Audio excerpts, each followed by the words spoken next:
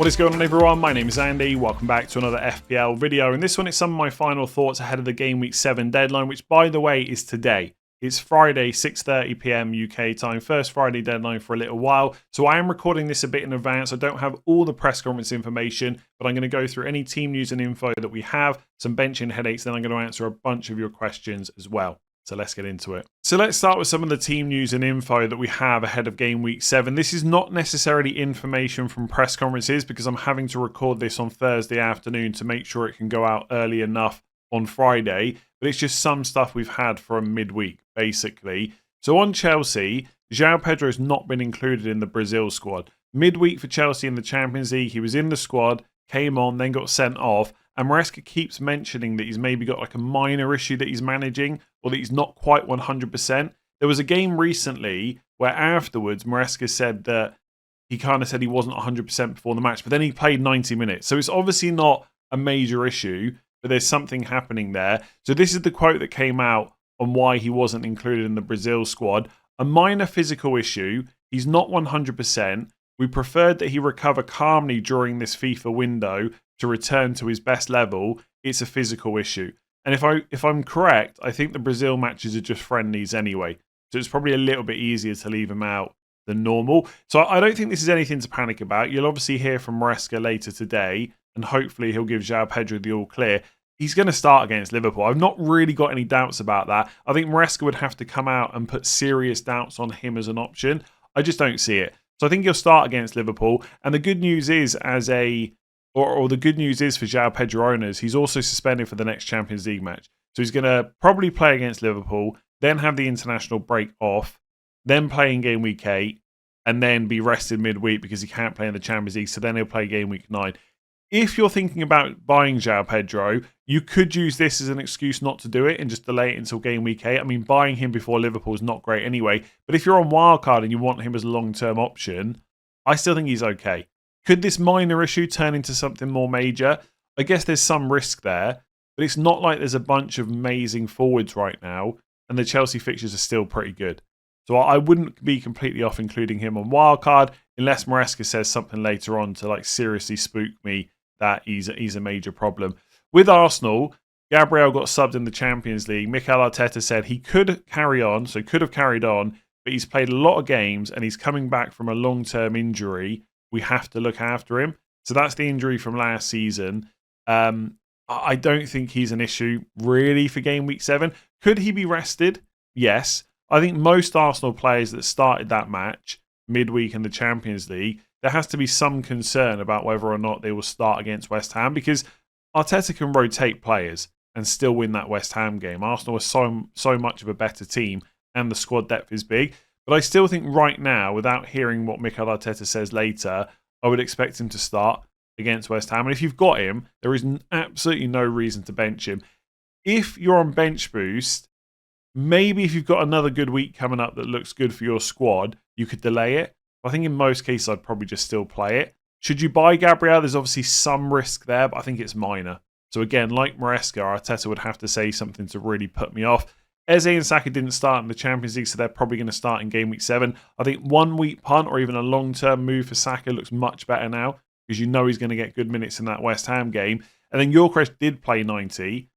I still think he'll start against West Ham, but I'm a little bit less confident now. But ultimately, it would require someone like Trossard or Merino starting up front. And I'm not sure Arteta's going to do that right now. The one thing that slightly worries me, this is straight out of the Pep Guardiola playbook, Arteta really bigged Gyökeres up after the game and said something like, obviously we want him to score, but his overall performance was really good. And there's lots of positivity coming out of Arsenal about Gyökeres. That just makes me think he's going to get benched. But that's purely an FPL negativity mindset as an owner. I'm sure he'll start, but he's probably getting subbed early. And then for Newcastle in the Champions League, Anthony Gordon looks to be first choice penalty taker. Took the first penalty, second one, Voltemada apparently wanted to take it. Gordon took it again. He scored both of them. I think he's pretty clear first choice. Is he like Mo Salah or Bruno? Well, maybe Bruno's a bad example now. Is he Mo Salah levels of nailed on penalties? Maybe not yet, but I think he's pretty close. I think for me, he's clear first choice. And I think you could definitely look at him as an option. Maybe you're from wildcard or you need a new midfielder this week.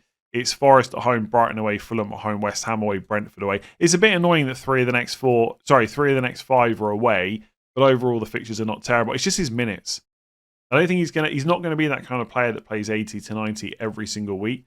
Newcastle are managing that squad. But you could argue that most players these days are not 90 minutes every single week anyway, apart from Bruno Fernandes, of course. So there are a few press conferences that we've had on Thursday. For Sunderland, Mukiele is okay for anyone that picked him up recently. I'll be honest with you, I didn't even realise he was a doubt, but there you go. He's fine and presumably going to start again in game week 7 against Man United away. For Leeds, Perry is back in training. So for anyone thinking about going for Darlow, I wouldn't bother, but he's not back until after the international break. But presumably, Perry will be back in the team like game weeks 8, 9, 10, something like that. For the corners, by the way, because a lot of people would have picked up Stack recently, especially on Wildcard 6. Longstaff took a lot of set pieces in the last game and did pretty well. Farke spoke about it and said, we want to stay flexible. He's happy that both can take them. So we might see a little bit of Longstaff take some, Stack takes the other. If it keeps going well with Longstaff taking them, maybe that's what will just keep happening. I don't think it's a major problem. Stack's only 5 million. He can still pick you up defensive contributions as well. It's not the end of the world. Most of the time, he's probably going to be on your bench anyway. For Fulham, Muniz and Tete are out for game week 7, and they're unlikely to be back after the international break. Now, Marco Silva didn't say exactly how long they would be out for, but it obviously makes Muniz a no-go. Potentially, Raul Jimenez becomes an option, but honestly, Fulham's fixtures are not great until game week 10, and with Jimenez, he's a bit of a doubt. Marco Silva basically said they'll decide on him Thursday about whether or not he can feature this weekend. So I would just ignore Fulham forwards for now. And then for Brighton, Matoma's apparently a doubt as well. He's been left out of the Japan squad. I don't know whether he will play for Brighton and then just have a bit of a break over the internationals or what, but I wouldn't pick him up. And if you've got him, I wouldn't panic either. I think long-term Brighton's fixtures are actually okay. And you've probably got someone else you could just play this week anyway. It's not great to miss a game against Wolves, but for game week 8 onwards, presumably he'll be fine. So unless we hear more about that one, I wouldn't buy him, but I probably wouldn't sell him either. So let's go through some of the benching headaches that people have. Right at the top of the list, I've got Njai. I know Crystal Palace is not necessarily an easy fixture, but he's at home, he's on penalties, he's nailed. If you've got him, I can't really see too many reasons to bench him. Then Kudus against Leeds away, who was benched midweek in the Champions League, so definitely going to start this game. Then João Pedro ahead of Reinders. Liverpool at home's not easy, but Alisson's probably going to be out. We know they're struggling a little bit defensively right now, and I expect João Pedro to play. Obviously, if Maresca comes out and says there's a doubt around João Pedro, then just bench him instead. But I think it's okay to play Liverpool. He's going to play number 9. He's probably going to play close to 90 minutes. I don't think it's that bad to play him this week, and I would probably play him ahead of Reinders. I like Reinders, and Brentford away is not bad. If I had João Pedro or Reinders, I'd probably play the Chelsea man. Then you've got the defenders. Senesi's got to be right up there. The defensive contributions he's getting is ridiculous. There's every chance he'll pick up another +2 points against Fulham. And if Fulham are missing Muniz, which they will be, and maybe Raul Jimenez, it makes it slightly easier to get the clean sheet as well. Obviously doesn't guarantee it, but all round it just looks pretty decent. Then Tarkowski against Crystal Palace at home, another player good for defensive contributions. Didn't get them last week, but that's not going to happen that often. But I think Crystal Palace at home is just a more difficult fixture than Fulham, which is why I put Senesi ahead. If you've got Dorgu, I mean, if this wasn't defensive contribution season, Dorgu would be at the top of the defender list, I think. Like a wing back against Sunderland at home on paper looks good. But I've actually got him below Senesi and Tarkowski. I just think for most people, if you've held him all this time, you've surely got to play him in this fixture. And I know Sunderland have played better than Man United so far. There's a reason they are where they are in the table and Man United aren't, etc. But on paper, Man United are still favourites for this game. And yeah, if you've held Dorgu and you're not going to play him in this game, what are you holding him for, realistically? Then Konza against Burnley at home. Basically, Dorgu and Konza, neither of them are that good for defensive contributions. Dorgu probably a little bit more attacking, although his end product is still something I'm waiting to properly see. But I would definitely play Dorgu ahead of Konza. Then Porro, then Van de Ven. Porro obviously is a long-term pick. Not necessarily ideal now, with slight concerns about rotation at times. But I'm pretty sure he'll start against Leeds. I think he's still more attacking than Van de Ven, despite Van de Ven just popping up with goals all the time. Then Richards, then Anderson, then Rodon against Spurs at home, and then Alderete right at the bottom against Man United away, which again, if you want to play him because of how well Sunderland have done this year, more so than Man United, that's absolutely fine. But honestly, I look at this list and he would easily be at the bottom. You could maybe, to be fair, actually, I'm going to rephrase that. You could maybe play Alderete ahead of Rodon. You could maybe put Rodon at the bottom because Alderete is so good for defensive contributions. I think on paper, I'd probably rather play Spurs at home than Man United away. And that's not the biased Man United fan in me. That's just how I read it because of the home away factor. And also, Leeds' defence has just been pretty good, like Sunderland. They've not been pushovers whatsoever.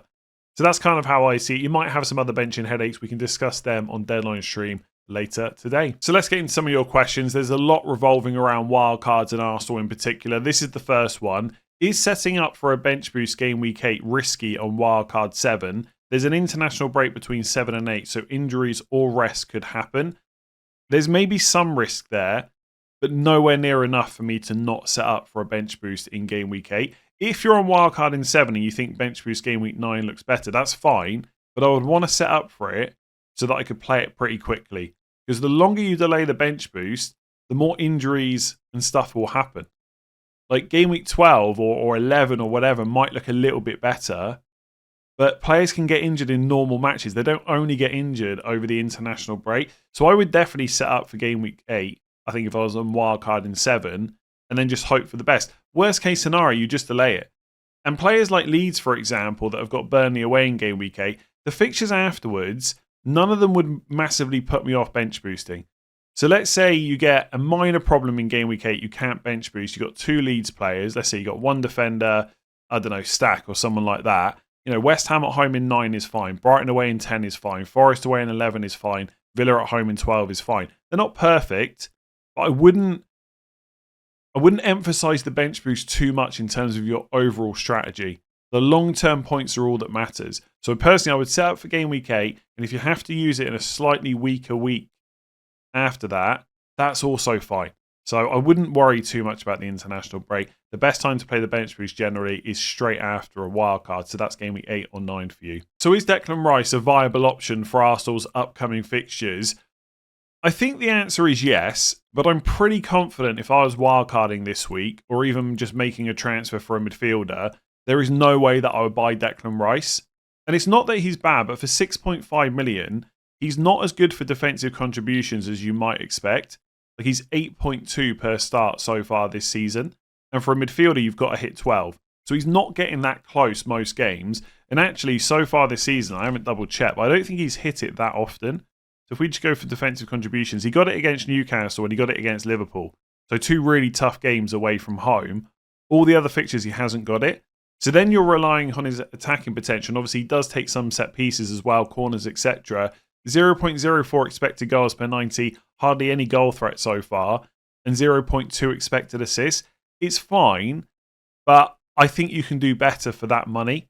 And obviously, he blocks an Arsenal spot as well. Raya's good, Gabriel's good, you might want another defender, Saka. I mean, Yorkresh at some point might start delivering, you might want him as well. I don't think Declan Rice is so good that I would block an Arsenal spot with him. And I think for that money, you can get more attacking players that are also maybe even slightly more nailed on. Now, Declan Rice is going to start the majority of games for Arsenal, but we have already seen him get benched in the Premier League, which was game week 4 against Forest, straight after the international break. He also has been benched in the Champions League as well. So this is not a rotation-prone player. He's going to start like 95% of Arsenal matches, but because of that squad depth Arsenal have got, Mikel Arteta can now not use him some of the time to give him a bit of a break rather than just running him into the ground. And I don't think he's so good that slight, and it is slight, minutes risk is worth it. So he's viable because he plays for Arsenal, the fixtures are good, he's only 6.5, but I honestly think you can do better for the money. Like personally, I'd rather have Paquetá from game week 8. Absolutely nailed for 90 every week on penalties as well. And he is okay for defensive contributions, and he's less money. Mint is another player as well. We're actually going to talk about midfielders around this price later on, and Declan Rice is not on my list of options that I'd be looking at. So I'm thinking of going for 3 Arsenal defenders on my wild card. Is that too risky? I can take the disappointment if or when they concede. Now that last point is actually really important. You need to know what type of FPL manager you are. If you can just forget about triple defence losing their clean sheet by a dodgy goal or in the first minute or the 98th minute, whatever it is, and you can just forget about it and it doesn't affect your decision making going forward, then great. If you're not like that and you're going to rage every time Arsenal concede, probably don't do it, right? So it's good that you've thought about that.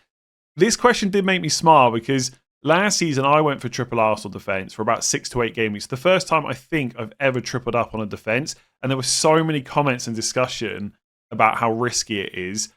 In my opinion, and I don't really think it's up for debate, to be honest with you, Arsenal is the best defence in the league. They consistently put up the best expected goals conceded numbers. My money would be on them having the most clean sheets by the end of the season. Some other team will do really well, of course they will. But if we're putting money on who's going to be right up there, it's absolutely Arsenal. So how can it be risky backing the best defence? You know, if one defender is good, then 2 is good, 3 is good as well, in my opinion. So from that point of view, I don't see it as risky. Some people will say all it takes is 1 goal to wipe 3 clean sheets. But on the other hand, all you need is 1 clean sheet to get 3 lots of points. So I don't see it as risky from that perspective. There are other things to think about though. One, this season in particular, there are a lot of good defensive contribution defenders who also cost less money as well. So let's say Gabriel is one of your defenders, maybe Raya is another one, and then you're going for a second actual defender. Timber and Calafiori are probably pretty good, but they have been benched in Champions League, etc. So at some point that could happen in the league. And then with Saliba, he's 6 million, not a bad option, but he's not going to get you many defensive contributions. And his attacking threat, there is some there, but it's less than Gabriel. So is there a more valuable defender? Possibly. So that's something to think about. And obviously you block an Arsenal attacking spot.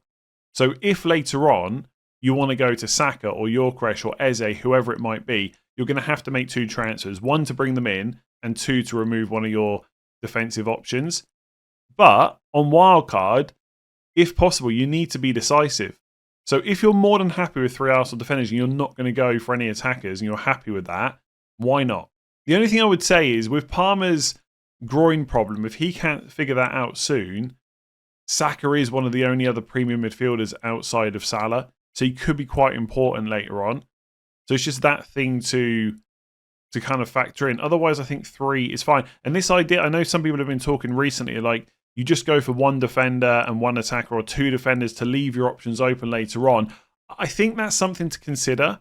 But ultimately, you're on wildcard. You want to decide right now what to do. You don't want to wildcard with 2 Arsenal players to bring one in later when they got West Ham at home this week. That's one of the good fixtures you want to get. So I don't see it as risky, other than if Arsenal suddenly become a terrible defence, you're left with 3 defenders from one team. I don't see that happening anytime soon. The fixtures are good, and you can always change it later on. I think, again, you need to know what type of manager you are. If you're going to wildcard and allow yourself to roll for 2 or 3 weeks to build up transfers to fix, oh, sorry, not even fix it, change it later on, why not go for it for a few weeks? So if I can't afford Gabriel, is going for Timber instead okay? I think the answer is yes. Like, he's clearly first choice right back for Arsenal this season, so he's going to start the majority of games. Can you guarantee it's going to be every single match in the Premier League? Absolutely not. But given what Arteta said about Gabriel in that Champions League game, why he subbed him because they have to manage him, it's not a guarantee that he will start every single game either. There was a match, I don't know if it was last season or the season before, it was around game weeks 10 or 12 against someone like, I don't think it was Sunderland or South, maybe Sheffield United, someone like that. And Gabriel just got benched. I think it was straight after I wildcarded, or it was in the week I wildcarded, something like that. But then he started the majority after that. I think that's the difference, is in the next 10 game weeks, Gabriel probably starts all 10, if not maybe 9. Whereas with Timber, it could be starting 7 or 8. That's the slight difference. But Timber is pretty attacking. He is a little bit cheaper, and you're still picking up a defender from, in my opinion, the best defence in the league. So, yeah, I think it's okay as long as you're comfortable that at some point he might get, the odd rest. But we're not talking missing 4 of 10 matches. It's maybe like 1 or 2, possibly 3 at the most. And even that I would find a little bit surprising. So if they both stay fit and available, Gabriel probably starts a few more matches than Timber over the course of the season. But it's probably not going to be in a huge way. You just got to hope that, the game that Timber does miss out is not a clean sheet or something like that. But yeah, I think it's okay, but obviously my preference is Gabriel if you can afford it. And hopefully, again, this is always the problem with recording early. Arteta is positive about him later. Make sure you check out what he says in the press conference before you buy anyone. So if your midfield is in worse shape than your defence, is it better to go for Saka over Gabriel as your third Arsenal? I want to get rid of Gakpo long term, and I have 4, if not 5, solid defenders. So moving for Saka might make more sense. Absolutely. I love Gabriel, and I would love to have him in my team sooner rather than later, but he's not essential.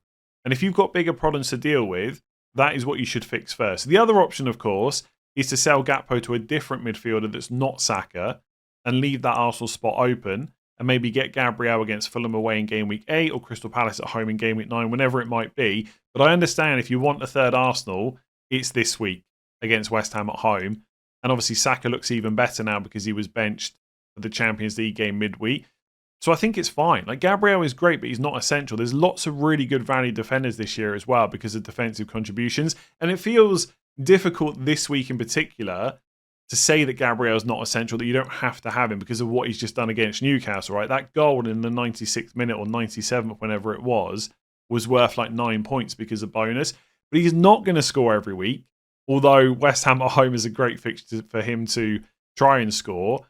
And there are lots of good value defenders, especially for defensive contributions and stuff like that. And by the way, this happens a lot in FPL, and people find it very difficult to think about. But sometimes one move for one team is different than what the best move is for another.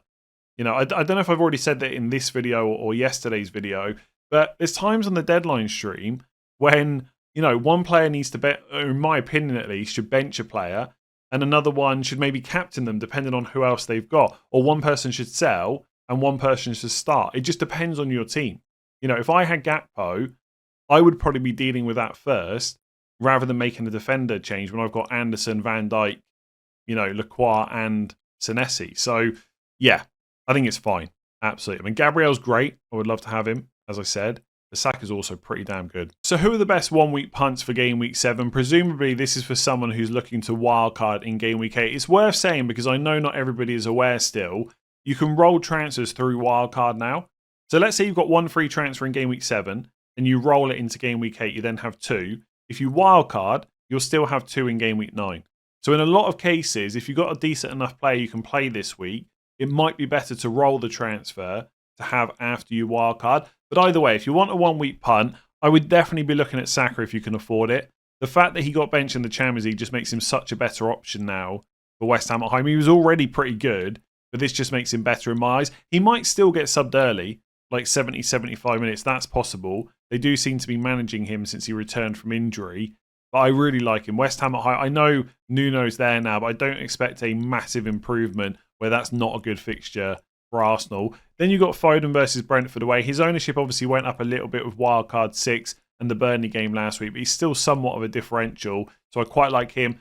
If you really like pain and misery, Man United attackers against Sunderland, so Fernandes, Cunha and Burma. I still prefer a Fernandes from the three of them, but as a differential, Cunha and Burma are great. And Cunha could even play number 9 for some minutes if Shesko either doesn't start or is subbed early. So either of them are good. Mbeumo's on some set pieces, probably next in line for penalties if Fernandes doesn't take one. Cunha pretty much nailed as well. Might play number 9 at times. Take your pick between the two. Then you got Watkins versus Burnley if you need a new forward. Like Gyökeres playing 90 in Champions League means I would definitely go for Watkins over Gyökeres. Like if I was on free hit this week, I had Gyökeres in my draft the other day, but if I was doing it again, I'd have Watkins there. Like Burnley at home is a good fixture. And it's not really a knee-jerk reaction because he scored last week. It's just because of the fixture on paper. So if you need a new forward outside of Haaland for 1 week only, that is where I would go ahead of Isak, etc. Or you've got Gordon versus Forest at home and just hope that he plays kind of 80 to 90 minutes, who's now on penalties. Like Forest is a better fixture now under Ange, right? We're not expecting them to be as good defensively. So I quite like that as well. Although, would I go for Gordon penalty taker over Foden or a Man United midfielder? Probably not. But he's definitely an option to consider. So is Haaland triple captain an option again this week? I think the answer has to be yes, because Brentford away is not a bad fixture and Haaland's form right now is just so good. It feels like he's going to get a goal and or an assist against absolutely everyone. That being said, I don't think I would use it. I think this is a bit of a reaction because of what he did last week. And Brentford away is still an okay fixture, but it's not Burnley at home. And Haaland's still got to play Leeds at home, Sunderland at home, etc. So there's no need to rush into this. Like, when people were thinking about wildcard game week 6, I didn't see too much mention of Haaland triple captain against Brentford as part of the strategy. Like, had he not got those 2 late goals last week, would this even be a discussion? I'm not sure it would. So I don't hate it. There's a reason I'm captaining him this week, because I think he's the best option. And Brentford away is not a bad fixture. But I would be waiting. There's no rush to get your triple captain used now. You've got Haaland, Leeds at home, Sunderland at home. You've still got Salah, Sunderland at home in game week 14, although that is a midweek fixture. And Salah's already been benched twice in midweek fixtures this season in the Champions League and the EFL Cup. But there's going to be options later on, better on paper. And I think with Haaland, let me just see if I'm correct about this. I think he's even still got like West Ham at home West Ham at home in game week 17. Now that is in and around Christmas, but it's 20th of December. So you've got the previous game to that is 13th of December, and the game after that is currently scheduled for the 27th. So there's a bit of a gap. I suspect that this deadline will get pulled forward to the 26th, like it usually does. I don't know if Man City will be playing that day. And I think there's Carabao Cup matches between 16 and 17, but it doesn't mean Haaland will play in them. So, you've got plenty of options to fall back on. Like right now, if you're saying that Haaland's going to stay fully fit and play 80 to 90 every week, I'd rather captain him against Sunderland or Leeds than Brentford away. Simple as that. And if one of those options doesn't happen for whatever reason, the other one probably will. Or you've got Salah to fall back on, or maybe Isak's doing really well later on. Maybe Palmer's back. I don't know. It's fine to use it because he's fit and he's playing really well right now. I'm not sure I would. So on wildcard, who's the best 6 million-ish midfielder? And obviously, even if you're not on wildcard, you might want a cheap midfielder to bring in this week. These are the main 3 options I'd probably be looking at. Ismail Assar at Crystal Palace, 6.4. Minter at Brighton, 5.9. Pretty good value him, and his underlying stats are decent enough as well. Or Njai, 6.5 million, who's obviously nailed and first choice penalty taker for Everton. In fact, if you look at Minter's underlying numbers, goal threat and creativity, they're actually better than Njai. So it depends whether you want to spend that 0.6 million for the penalties. Could be worth it longer term. But if you want to save a bit of money for another move, I really do like Minter. But I think Sar's probably the best of the lot. Crystal Palace do have a European match tonight. I'm recording this again Thursday afternoon. So you'll have seen what happens in that game before you have to make a decision. See how many minutes Sar gets. See if there's any injuries and stuff like that. But over the long term, I just really like him. So I think it would be Sar probably my first choice. And then Minter if I wanted to save a bit of money. But even though the West Ham game has gone for Everton at home, that obviously was last week, I still like Njai. The other player that I've not included on the graphics, which is going to come up a little bit, I think there was a question about Paquetá, which I didn't include. He's also an option. Because between game weeks 8 and 11, the fixtures are pretty good for West Ham. Brentford at home, Leeds away, Newcastle at home, Burnley at home. Presumably he'll still be on penalties. He's going to get 90 minutes most weeks under Nuno. And without Ward-Prowse in the team, it looks like he's going to take a lot of set pieces as well. And he's not bad for defensive contributions. He's not going to pick them up all the time, but he will chip in the odd time. So for less than 6 million, you could consider him. But honestly, if you're going this week and you need the player to play this week, you're probably going Minter. He's much more exciting. And from open play, he's much more likely to get your return as well. So top 2 for me right now, probably Sar and Minter. So is using your third forward as a dead spot to save money viable on wildcard, especially since we can play 4-4-2 or 3-5-2 with higher DEFCON potential? Yes. 100%, it definitely is viable, especially if you've already used your bench boost. If you've got bench boost left to play, I don't like the idea of just going in with a player that's not likely to get any minutes. I'd rather have someone that you know is going to at least play a little bit. But if you've used your bench boost, absolutely you can tank that third forward spot and not worry about it too much. I say this as someone that's got 15 playing players in their squad, and I do quite like that, because as soon as you get an injury or suspension, you're not necessarily forced into a move. But is having 14 playing players that much worse? Probably not. And also, I'm not going to do it, but if I went through all the forwards now, there's not that many you can get massively excited about. Like Mateta on penalties is not bad, but then he's got Arsenal in game week 9, etc. Haaland's great, but most people are going to have him anyway. Still, I don't know, every hour changing my mind on Yorkeresh, etc. I'm still not convinced by Isak, blah, blah, blah. Forwards are okay, but you don't need 3 of them. They're not that great, especially with the defenders like you mentioned. And midfield, if not right now, longer term, will probably be the spot to spend more of your money for your attack. So absolutely go for it. Obviously, if you go for Gio at 4.3 million, he is the cheapest forward. But there is also Obi at Man United. So if you don't want to block the Chelsea spot with Guiu, who might get some minutes at times, although clearly not that many under Maresca, you can just go for Obi, because I think the chance of you wanting triple Man United anytime soon, even maybe never this season unless you're on free hit this week, is probably the better option. So Obi at 4.3 or Guiu at 4.3, definitely viable. If you enjoyed that video and found it useful, make sure to give it a like and hit that subscribe button. I will be back at 4:30 p.m. UK time today. I'm just double checking the deadline 6:30. So I'll be live at 4:30 p.m. UK time with all the up-to-date information from the press conferences and stuff like that. And for now, I will just pray that overnight and in the morning, this video is not absolutely destroyed with team news that comes out after I record it. That's the only thing I hate about Friday deadlines, is having to record this video before the press conferences. But yeah, we'll see how it goes. Thanks for watching. I'll catch you for the deadline stream later.